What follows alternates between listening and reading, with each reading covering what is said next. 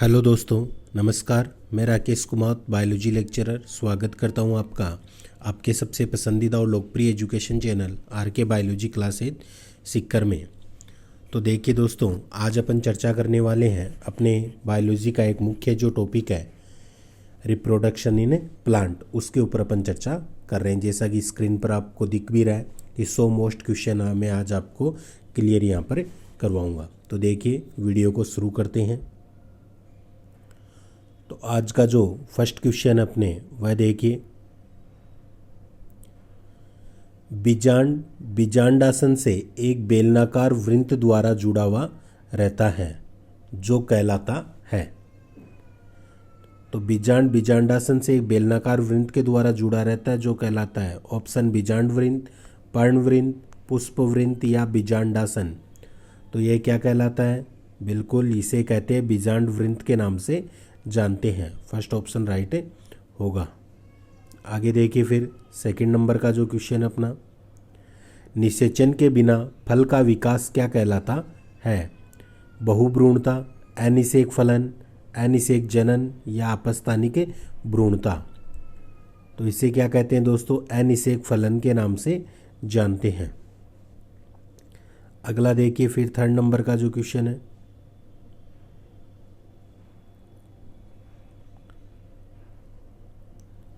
में बीज रहित फल उत्पन्न करना लाभदायक नहीं होगा। यानी कि चार ऑप्शन है, अंगूर, अनार, संतरा और तरबूज।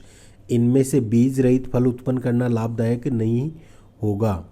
तो किसका नहीं होगा? चार ऑप्शन में से बताना अपने को। बिल्कुल बीज रहित फल यानी कि अनार होगा। सेकंड ऑप्शन राइट होगा।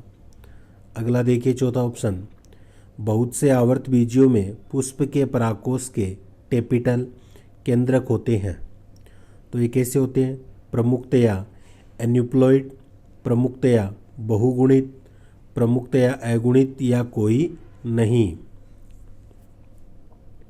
तो ये होते हैं मुख्यतया बहुगुणित होते हैं। सेकंड ऑप्शन राइट हो जाएगा।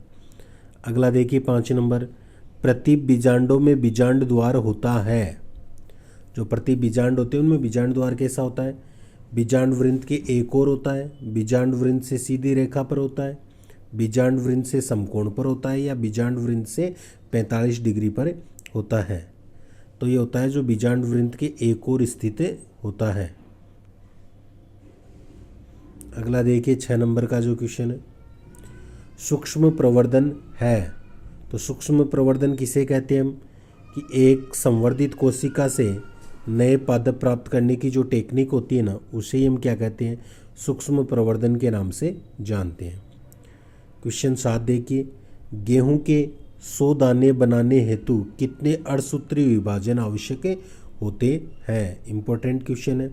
गेहूं के अपने को क्या बनाने हैं? 100 दाने बनाने हेतु कितने अर्धसूत्री विभाजन आवश्यक होंगे? तो बताइए कितने होंगे इसके अंदर? तो इसका आंसर होगा अपने 125। सॉरी, इसका आंसर क्या होगा कि 125 आंसर होगा। ये थोड़ी सी इसमें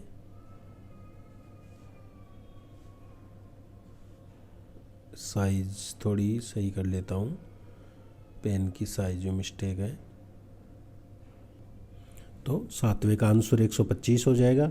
उसके पश्चात आगे का क्वेश्चन देखिए 8 नंबर का जो अपना क्वेश्चन है कि पादपों में एपोमिक्सिस से क्या तात्पर्य है? कि पादपों का विकास, एपोमिक्सिस से तात्पर्य है कि पादपों का विकास कैसे होता है? बिना युग्मक संलयन के, मूल कतरनों से, स्तंभ कतरनों से या युग्मकों के संयोजन से।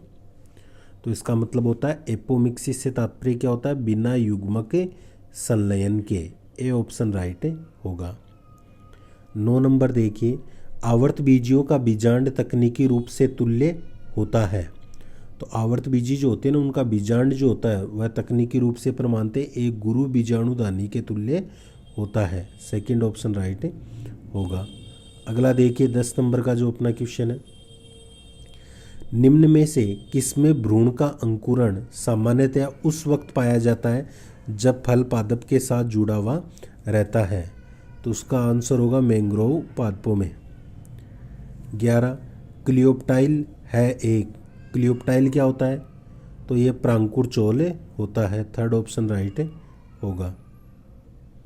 अगला देखिए 12 एक बीजाणु अष्टकेंद्र की भ्रूणकोश से होता है तो वह होता है पोलिगोनम प्रकार का होता है। केरेंकल व्युत्पन्न होता है। केरेंकल बाह्य अध्यावरण से उत्पन्न होता है। सेकंड ऑप्शन राइट होगा। अगला देखिए फिर 14 नंबर का जो क्वेश्चन है उसकी चर्चा करते हैं। सियोन शब्द संबंधित होता है विपुंसन, आरोपण, जीवाश्म वनस्पति विज्ञान या भ्रूण विज्ञान से। तो देखिए क्वेश्चन आपको अन्य क्वेश्चनों से थोड़े से अलग लग रहे होंगे, लेकिन आजकल वो ज़माना गया दोस्तों जब इजी क्वेश्चन पूछा करते थे रिप्रोडक्शन से।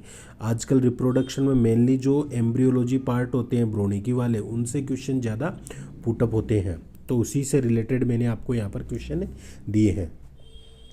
तो सियोन शब्द संबंधित होता है। सियोन शब्द किससे संबंधित होता है?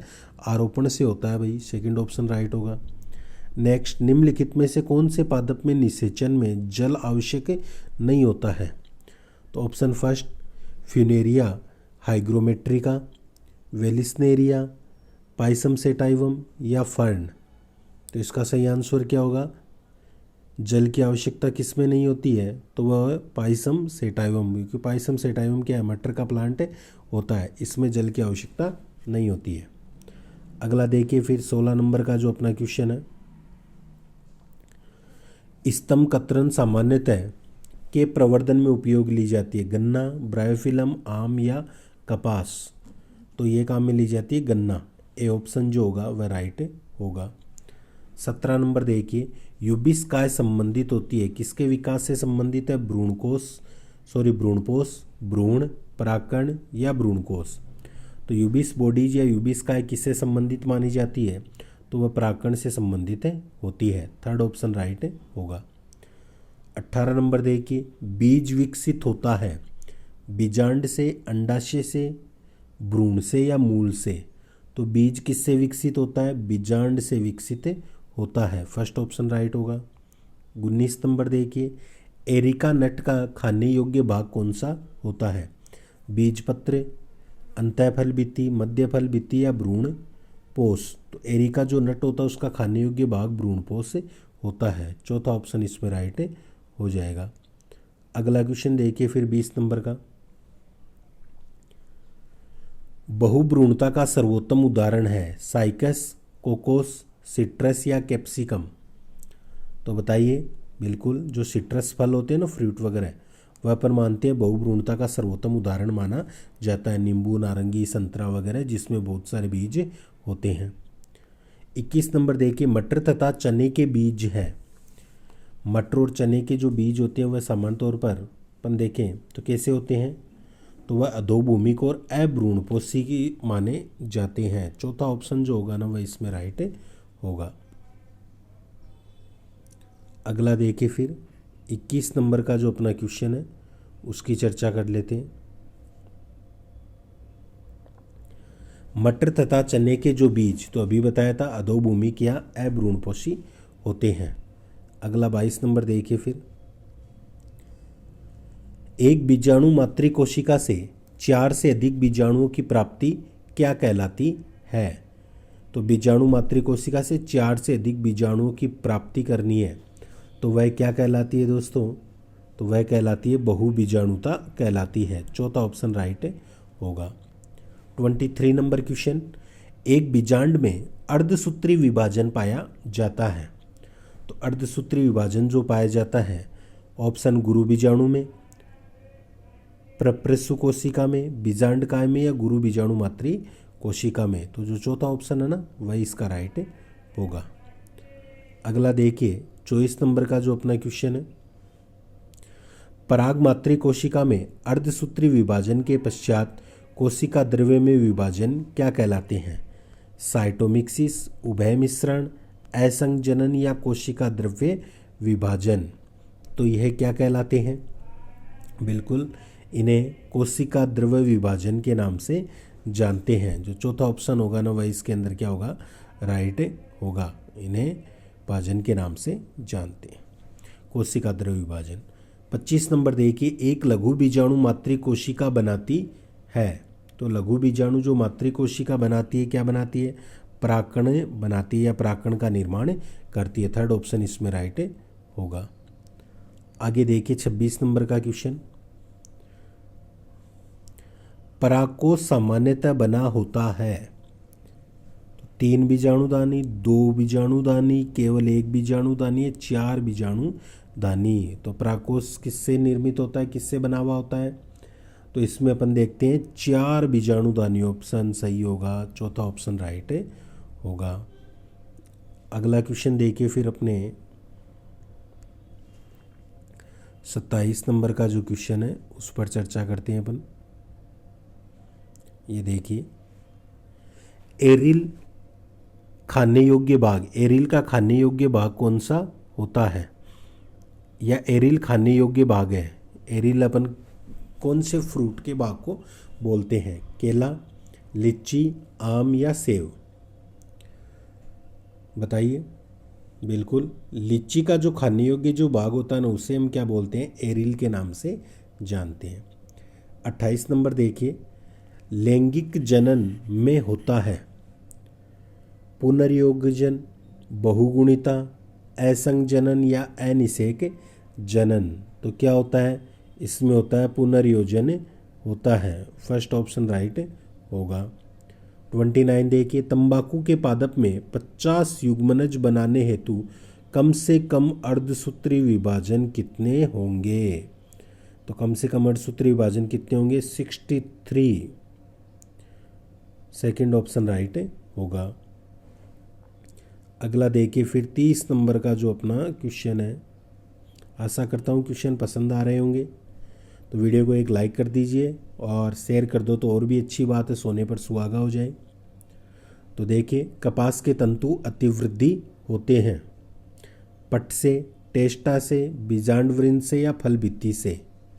तो बताइए, अतिवृद्धि होते हैं तो ये होते हैं टेस्टा से, सेकंड ऑप्शन राइट होगा। 31 नंबर देखिए, खाने योग्य केला बीज रहित होता है के कारण, किसके कारण ये बीज रहित होता है।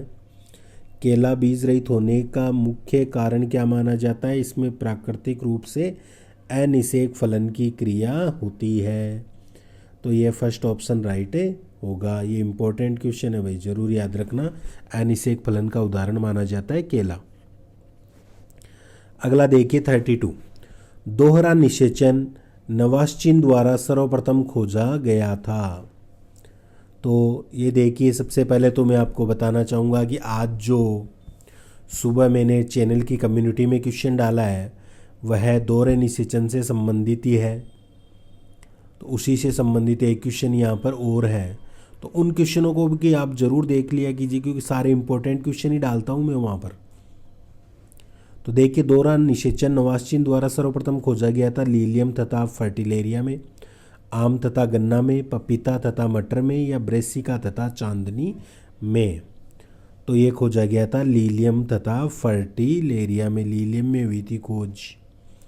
33 देखिए, स्थूल बीजांड काय बीजांड प्रदर्शित करते हैं। तो ये सुविकसित बीजांड काय, थर्ड ऑप्शन राइट हो जाएगा। अगला देखिए 34 नंबर, कोशिकीय पूर्ण सख्तता को सर्वप्रथम प्रदर्शित किया था। टोटिपोटेंसी वाला है, तो इसे प्रदर्शित किसने किया था, स्टेवर्ड ने किया था, FC steward, first option right हो जाएगा। अगला क्वेश्चन देखिए 35 नंबर का जो क्वेश्चन है उस पर चर्चा करते हैं अपन। हरे नारियल का दूध या द्रव्य है, तरल भाग, तरल भ्रूणपोष, तरल बीजांडकाय या तरल मादा युग्मोत्बिद। तो ये कौन सा होता है, इसमें होता है तरल भ्रूणपोष होता है, सेकंड ऑप्शन राइट होगा। 36, केंद्रक संलयन या सिनगेमी है। तो वह क्या होता है, युग्मकीय केंद्र का संयोजन या युग्मकों का संयोजन, उसे हम क्या कहते हैं, केंद्रक संलयन या सिनगेमी कहते हैं। आगे देखिए 37 नंबर, बीज का बीजांड द्वार के प्रवेश में सहायक होता है। बीज का बीजांड द्वार के प्रवेश में सहायक होता है। नर युग्मकों के, जल के, परागनलिका के या कोई नहीं, तो ये होता है जल के। जल के प्रवेश में सहायक होता है। 38, बीज का टेगमेन विकसित होता है। तो बीज का जो टेगमेन होता है वह किससे विकसित होता है? बीजांड वृंद से, बाह्य अध्यावरण से, आंतरिक अध्यावरण से या परिभ्रूण पोष से। तो ये किससे विकसित माना जाता है? ये माना जाता है आंतरिक अध्यावरण से। थर्ड ऑप्शन राइट होगा। अगला देखिए 39, बीजाणु जनन से क्या तात्पर्य है? बीजाणु जनन पूछा है, से तात्पर्य भ्रूण का निर्माण, युग्मनज का निर्माण, बीज का अंकुरण या बीजाणु का विकास तथा निर्माण। तो बीजाणु जनन से जो तात्पर्य होता है वह होता है बीजाणु का विकास तथा निर्माण। अगला देखिए 40 नंबर का जो क्वेश्चन है उसकी चर्चा करते हैं। निम्न में से विषम है? बीजांड काय, परागकण, बीजांड द्वार या भ्रूण कोष। तो इनमें से विषम किसे माना गया है? परागकण को माना गया है। सेकंड ऑप्शन राइट होगा। अगला क्वेश्चन देखिए फिर 41 नंबर का जो क्वेश्चन है अपना, उस पर चर्चा करते हैं। यदि पुष्पीय पादप की पत्ती की कोशिकाएं 22 गुणसूत्र रखती है तो गुणसूत्रों की संख्या होगी। पुष्पीय पादप की पत्ती की कोशिकाएं हैं वह 22 गुणसूत्र रख रही है, तो गुणसूत्र की संख्या कितनी होगी? काफ़ी इंपॉर्टेंट क्वेश्चन है। बिल्कुल, तो युग्मकों में 11, युग्मकों में 22, स्तंभ कोशिकाओं में 44 या भ्रूण में 44। तो देखिए पत्ती का निर्माण होता है, अपन मान सकते हैं सामान्य तौर पर युग्मक संलयन के पश्चात जब प्लांट बनता है तब। तो युग्मक अपन मानेंगे नर तथा मादा युग्मक 11-11, तो एक युग्मक में संख्या कितनी हो गई? 11 मानी जाएगी। तो युग्मकों में क्या होंगे? 11। फर्स्ट ऑप्शन राइट हो जाएगा। अगला देखिए 42 नंबर, एक प्रारूपिक आवर्त बीजी के भ्रूणकोश में होते हैं। तो आवर्त बीजी के भ्रूणकोश में क्या होता है? ये क्वेश्चन इंपॉर्टेंट है भाई, जरूर से याद रखना। देखो एक तो अंडकोशिका होती है, एक सहायक कोशिका होती है। एक अंडकोशिका, एक सहायक कोशिका, एक तो नहीं होती है, संख्या अपन मान सकते हैं ज़्यादा होती है, यानी कि कोशिका बता रहा हूँ, अंडकोशिका, सहायक कोशिका, एक ध्रुवीय केंद्रक भी अपन देखते हैं और प्रतिध्रुवीय कोशिकाएं भी पाई जाती है। तो ये सारे किस में मिलते हैं? भ्रूणकोश में मिलते हैं। अंडकोशिका, सहायक कोशिका, ध्रुवीय केंद्रक और प्रतिध्रुवी कोशिकाएं। सेकंड ऑप्शन राइट होगा। अगला क्वेश्चन देखिए 43, और ये क्वेश्चन वेरी इंपॉर्टेंट है, लगभग हर एग्जाम में पूछा जाता है। पोलिगोनम प्रकार का भ्रूणकोश है या परिपक्व भ्रूणकोश है? तो परिपक्व भ्रूणकोश अपन किसे कहते हैं दोस्तों? तो ध्यान रखना, जिसमें 8 तो केंद्रक होते हैं और 7 क्या पाई जाती है? कोशिकाएं पाई जाती है, उसे हम क्या कहते हैं? परिपक्व भ्रूणकोश कहते हैं। तो इसका जो थर्ड ऑप्शन होगा वह राइट होगा। अगला क्वेश्चन देखिए फिर 44 नंबर का जो क्वेश्चन है, कौन सी पादप कोशिका पूर्ण शक्तता प्रदर्शित करती है? जाइलम वाहिकाएं, विभज्योतक, कोर्क या चालनी नलिकाएं। तो कौन सी करती है? तो वह होती है विभज्योतक होता है। Second option. निषेचन के पश्चात फल भित्ति व्युत्पन्न होती है। तो फल भित्ति जो किससे व्युत्पन्न होती है? अंडाशय भित्ति से होती है। और फल का निर्माण किससे होता है? अंडाशय से होता है। बीज का किससे होता है? बीजांड से होता है। और बीज की जो भित्ति होती है उसका निर्माण बीजांड भित्ति से। तो ऐसे क्वेश्चन अपने को याद रखने हैं। अगला क्वेश्चन देख लीजिए 46, जल में भिगे चने के बीज का टेस्टा हटा दिया जाए तो बची हुई संरचना है। अगर टेस्टा अपन हटा देते हैं, टेस्टा और टेगमेन 2 संरचना होती है, टेस्टा हटा दिया जाए तो बची हुई संरचना फिर क्या बचेगी भाई? एक भ्रूण बचेगा, यानी कि पूर्ण परिपक्व भ्रूण। फर्स्ट ऑप्शन राइट होगा। अगला देखिए फिर अपने 47 नंबर का जो क्वेश्चन है उस पर थोड़ी सी चर्चा कर लेते हैं। फिलीफॉर्म उपकरण बनाया जाता है सहाय कोशिका से, प्रतिध्रुवीय कोशिकाओं से, अंड कोशिका से या प्लाज्मा कोशिका से। तो फिलीफॉर्म जो उपकरण बनाया जाता है ना, वह किससे बनाया जाता है? सहायक कोशिकाओं से बनाया जाता है। फर्स्ट ऑप्शन राइट होगा। अगला देखिए 48 नंबर का जो क्वेश्चन है कि निम्न में से कौन सा एक पुष्प नहीं है? Option first passion flower, sunflower, Mayflower या रोज। तो इनमें से पुष्प नहीं अपने को पूछा है, तो सनफ्लावर अपन मानते हैं कि एक पुष्प नहीं है। अगला देखिए, दो सूची यहाँ पर अपने को दे रखी है, उनका अपने को क्या करना है? यहाँ पर मिलान करना है। ये देखिए, एक साइड तो फल दे रखे हैं और एक साइड खाने योग्य भाग दे रखे हैं। तो नारियल का अपन क्या खाते हैं भाई? नारियल का अपन खाते हैं भ्रूण पोष खाते हैं। नारियल का क्या खाते हैं? भ्रूण पोष खाते हैं। इसके पश्चात जो सेब है, तो सेब का पुष्पासन भाग अपन खाने के काम में लेते हैं। संतरा जो होता है, संतरा का अपन कौन सा पार्ट खाते हैं भाई? यानी कि रसीले जो रोम वगैरह होते हैं वह खाते हैं। और आम का जो पार्ट होता है वह कौन सा खाते हैं? उसकी मध्य फल भित्ति जो होती है वह खाने के काम में आती है। तो फर्स्ट का तो कौन सा हो गया भाई? आर हो गया। सेकंड का कौन सा हो गया? एस हो गया। थर्ड का कौन सा हो गया? आपके क्यू हो गया। और फोर का हो गया पी हो गया। तो इस आधार पर जो सेकंड ऑप्शन है वह आपका राइट हो जाएगा। अगला क्वेश्चन देखिए फिर 50 नंबर के जो क्वेश्चन है उस पर चर्चा करते हैं। अनुन्मील्य पुष्प होते हैं, यानी जो कभी नहीं खुलते हैं ना, उन्हें हम क्या बोलते हैं? अनुन्मील्य पुष्प बोलते हैं। 51 परागण हेतु उत्तोलक या टर्न टाइप विधि किसका लाक्षणिक लक्षण होता है? तो टर्न टाइप विधि जो होती है सेलाइवा का होता है। थर्ड ऑप्शन राइट होगा। अगला देखिए, कीट ब्लास्टोफेगा ग्रोसोरम के परागण से संबंधित है। इसके परागण संबंधित क्या होते हैं? फाइकस। चौथा ऑप्शन राइट होगा। अगला देखिए फिर 53 नंबर का जो अपना क्वेश्चन है, कौन परागण को रोकता है? यानी स्वपरागण को रोकने कार्य कौन करता है? हर्कोगेमी, स्वबंध्यता, भिन्नकाल परिपक्वता या सभी।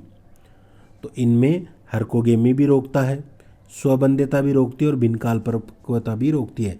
तीनों इसको प्रभावित करने वाले कारक हैं, तो ये सभी राइट हो जाएगा, चौथा ऑप्शन।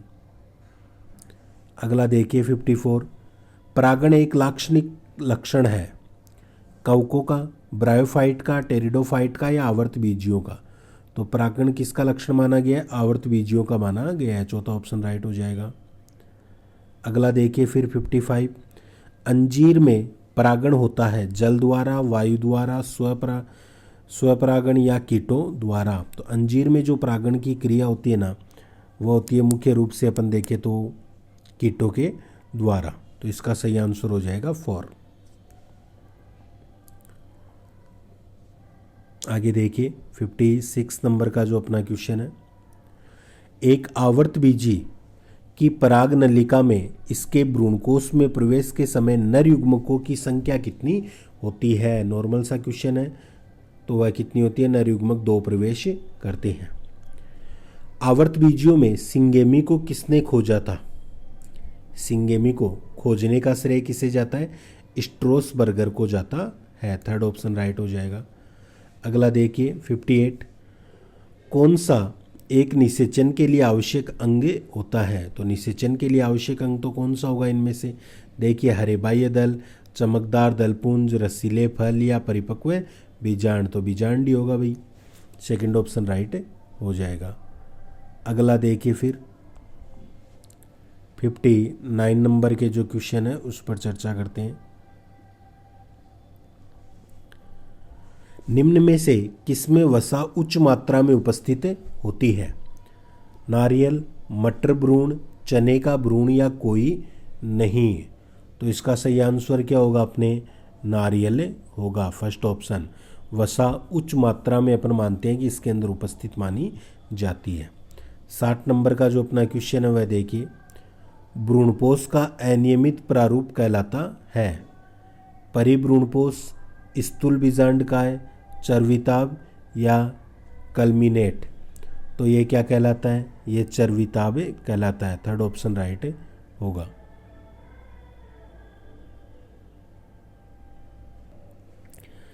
अगला क्वेश्चन देखिए 61 नंबर का जो क्वेश्चन है अपना, उस पर चर्चा करते हैं।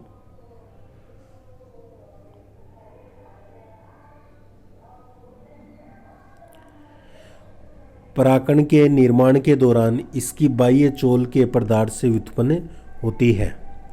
तो इसकी बाह्य चोल से क्या व्युत्पन्न माना जाता है, तो वो टेपिटम होती है भाई, टेपिटम निर्मित होती है, फर्स्ट ऑप्शन राइट हो जाएगा, यानी कि टेपिटम।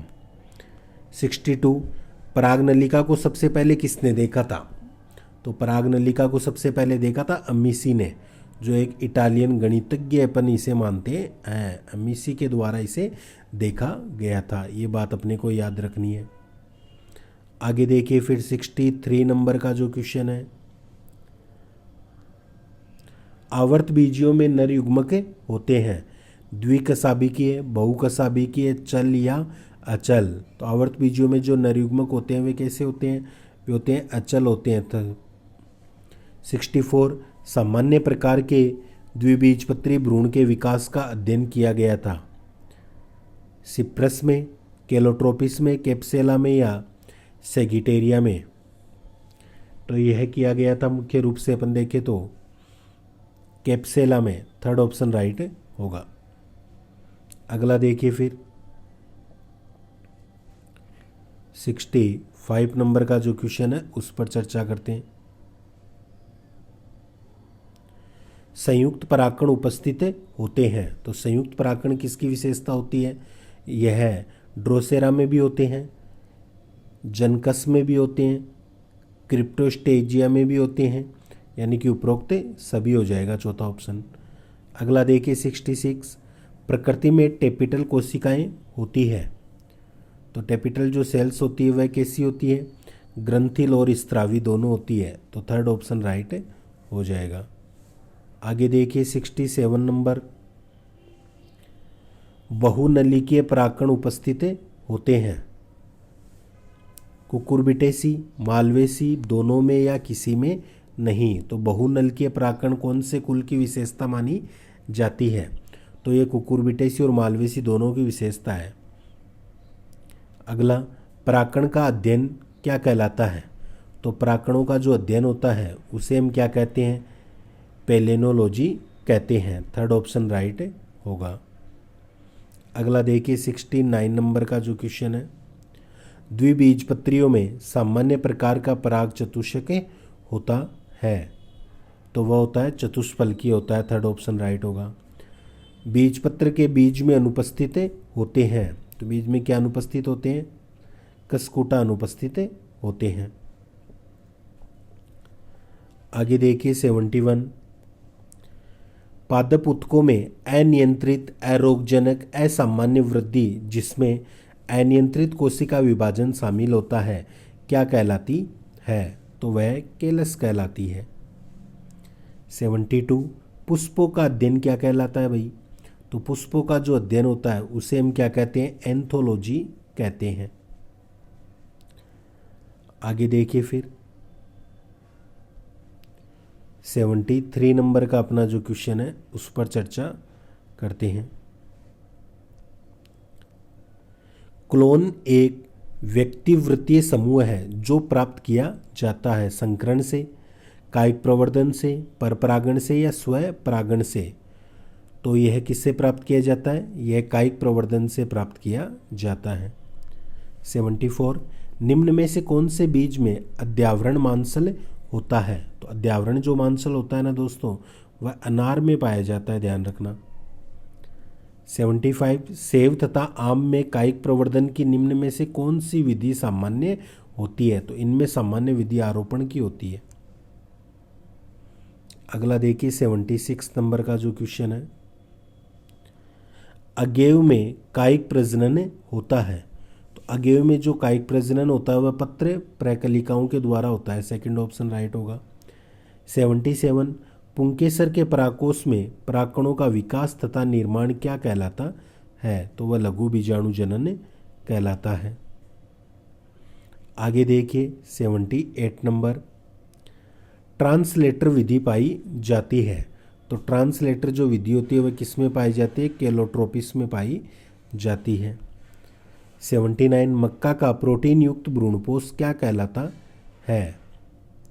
तो इसे हम क्या कहते हैं? एल्यूरोन लेयर के नाम से जानते हैं। थर्ड ऑप्शन राइट हो जाएगा। दोस्तों क्वेश्चन पसंद आ रहे होंगे, फिर भी कोई डाउट है तो आप कमेंट्स में मेरे को ज़रूर बता सकते हैं। ये देखिए 80 नंबर के क्वेश्चन पर अपन यहाँ पर चर्चा करने वाले हैं। बीज रहित फल उपयोगी नहीं होते हैं। केले में, टमाटर में, नारियल में या अंगूर में? तो बीज रहित फल उपयोगी नहीं होते हैं, किस में नहीं होते हैं? नारियल में नहीं होते हैं। थर्ड ऑप्शन राइट होगा। 81 देखिए, सिजेटेरिया में भ्रूण निर्माण के दौरान जो निलंबक बनता है, ऑप्शन 1 कोशिकीय, 2-3 कोशिकीय, 4-5 कोशिकीय या 6 से 10 कोशिकीय, कैसा बनता है ये? तो यह बनता है 1 कोशिकीय बनता है। फर्स्ट ऑप्शन जो होगा वह राइट होगा। अगला देखिए 82 नंबर, बीजांड त्रिद्यावर्णीय होता है। त्रिद्यावर्णीय बीजांड किस में पाया जाता है? तो ध्यान रखना वह किस में होता है? एस्पोडिलस में पाया जाता है। थर्ड ऑप्शन राइट होगा, एस्पोडिलस। अगला देखिए 83 नंबर का जो अपना क्वेश्चन है, अद्यावर्णी बीजांड पाया जाता है। ओलाक्स में, सनफ्लावर में, चिनोपोडियम में या जुगलन्स में? तो यह अद्यावर्णीय बीजांड किस में पाया जाता है? तो ध्यान रखना ओलाक्स में पाया जाता है। फर्स्ट ऑप्शन राइट होगा। अगला क्वेश्चन देखिए 84, एक लेजर किरण द्वारा जनन कोशिका को नष्ट करने के पश्चात पुष्पीय पादप में परागकण अंकुरित होकर सामान्य परागनलिका बनाते हैं, क्योंकि? तो इसका कारण क्या माना गया है? इसका कारण माना गया अपने कायिक कोशिका क्षतिग्रस्त नहीं होती है। अगला देखिए 85 नंबर का क्वेश्चन, विषमबंजी से तात्पर्य है। विषमबंजी विकास से तात्पर्य है। तो विषमबंजी विकास से क्या तात्पर्य होता है? एक वयस्क अंग जो शैशव अंग से शरीर क्रियात्मक रूप से भिन्न होता है। सेकंड ऑप्शन राइट हो जाएगा। अगला देखिए 14 नंबर का, 14 नंबर सीरीज का, और क्वेश्चन नंबर है 86 कि परागनलिका की वृद्धि होती है आधारीय, अंतर्वेशी, विसरित या शीर्षस्थ? तो परागनलिका की जो वृद्धि होती है वह कैसी होती है? हमेशा शीर्षस्थ होती है भाई। चौथा ऑप्शन राइट होगा। 87 परागनलिका का एक झिल्ली से आवृत होती है जो बनी हुई होती है। परागनलिका एक झिल्ली से आवृत होती है, वह झिल्ली किससे निर्मित मानी जाती है? तो वह पेक्टोसेल्यूलोज से निर्मित मानी जाती है। थर्ड ऑप्शन जो होगा वह राइट होगा। 88 निम्न में से कौन सा एक अलैंगिक जनन की विधि नहीं है? कतरन, मुकुलन, संयुग्मन या आरोपण? तो वह होता है संयुग्मन। थर्ड ऑप्शन राइट होगा। अगला देखिए 89 एंटेमोफिली परागण होता है जल द्वारा, कीटों द्वारा, जंतुओं द्वारा या वायु द्वारा? तो एंटेमोफिली जो परागण होता है वह किसके द्वारा होता है? कीटों के द्वारा होता है। सेकंड ऑप्शन राइट होगा। 90 कीट परागित परागकणों की ऊपरी सतह पर उपस्थित एक पीला चिपचिपा पदार्थ होता है। लिग्नोसुबेरिन, स्पोरोपोलेनिन, पोलन कीट, म्यूकोपोलीसैकेराइड? तो वो होता है पोलन कीट होता है। थर्ड ऑप्शन राइट होगा।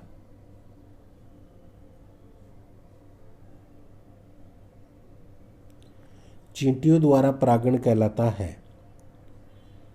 मिर्मिकोरी, मिर्मिकोफिली या मालकोफिली या एंटोमोफिली। तो इसे क्या कहते हैं? इसे मायर्मिकोफिली या मिर्मिकोफिली के नाम से जानते हैं। सेकंड ऑप्शन राइट होगा। आगे देखिए 92 नंबर का जो क्वेश्चन है, 100 क्वेश्चन अपन सोल्व करने वाले हैं। 92 नंबर देखिए, परागण की अंतःचोल बनी हुई होती है। ऑप्शन फर्स्ट वसा सदृश स्पोरोपोलेनिन की, सेकंड सेल्यूलोज की, थर्ड पेक्टोसेल्यूलोज की और चौथी दे रखी है केलोस की। तो परागण की जो अंतःचोल बनी हुई होती है वह किससे बनी हुई होती है? तो वह पेक्टोसेल्यूलोज की बनी हुई होती है। अगला देखिए, रेमेट है, रेमेट है 93 नंबर है रेमेट। तो रेमेट क्या है भाई? केलस कोशिकीय समूहन क्लोन या क्लोनों का समूह है। तो रेमेट क्या होता है? रेमेट है क्लोनों का समूह है। चौथा ऑप्शन राइट हो जाएगा। अगला देखिए 94 नंबर, आरोपण सर्वोत्तम तथा जल्दी अच्छी किस्मों को प्राप्त करने हेतु प्रयुक्त होता है। तो सिट्रस में, आम में या सेब में, सभी में होता है। चौथा ऑप्शन राइट हो जाएगा। नेक्स्ट, वायु स्तरीय गुट्ठी लगाई जाती है। अंगूर, चमेली, गुजबेरी या लीची। तो यह लीची में चौथा ऑप्शन राइट हो जाएगा। अगला देखिए फिर 96 नंबर, बंद पुष्पों में परागण क्या कहलाता है? एलोगेमी, क्लिस्टियोगेमी, डिक्लिनी या प्रोटोगेनी। तो ये क्या कहलाता है? ये कहलाता है क्लिस्टियोगेमी। सेकंड ऑप्शन राइट होगा। 97, कायरेप्टेरोफिली परागण निम्न के संदर्भ में है। पक्षियों, चींटी, चमगादड़ और मानव। तो इसका सही आंसर कौन सा होगा? 4 ऑप्शन है। एक तो पक्षी दे रखा है, एक चींटी, चमगादड़ और मानव। तो इसमें चमगादड़ थर्ड ऑप्शन जो है वह राइट होगा। नेक्स्ट 98 नंबर देखिए, बीजांड का बहुभ्रूणता सामान्य है। सिट्रस में, कोरकोरस में, जी में या कार्थेमस में। तो बीजांड का जो बहुभ्रूणता सामान्यतः किस में है? सिट्रस में है। फर्स्ट ऑप्शन जो होगा वह राइट होगा। अगला क्वेश्चन 99 नंबर, बोगेनविलिया में जो परागण की सहायता से होता है, बोगेनविलिया है उसमें परागण किसकी सहायता से होता है? ऑप्शन देखिए, बाह्य दल, दल, बाह्य दलपुंज या सहपत्र। तो किसकी सहायता से होता है ये होता है सहपत्रों की सहायता से होता है। चौथा ऑप्शन जो होगा वह इसमें राइट होगा। अगला देखिए, अनुन्मील्य पुष्प पाए जाते हैं। तो पाइसम में, ब्रेसिका में, पाइनस में या ओनियन में। तो किस में पाए जाते हैं? तो ये पाइसम में पाए जाते हैं। फर्स्ट ऑप्शन जो होगा राइट होगा। तो दोस्तों ये थे अपने 100 क्वेश्चन। आशा करता हूँ क्वेश्चन पसंद आए होंगे। तो वीडियो को एक छोटा सा लाइक कर दीजिए और शेयर ज़रूर कीजिए। और आपके कोई भी सुझाव कमेंट हो तो आप वह मेरे से ज़रूर पूछ सकते हैं। तो आज की क्लास यहीं समाप्त करते हैं। मिलते हैं अगली क्लास में एक नए टॉपिक के साथ। तब तक के लिए जय हिंद, जय भारत।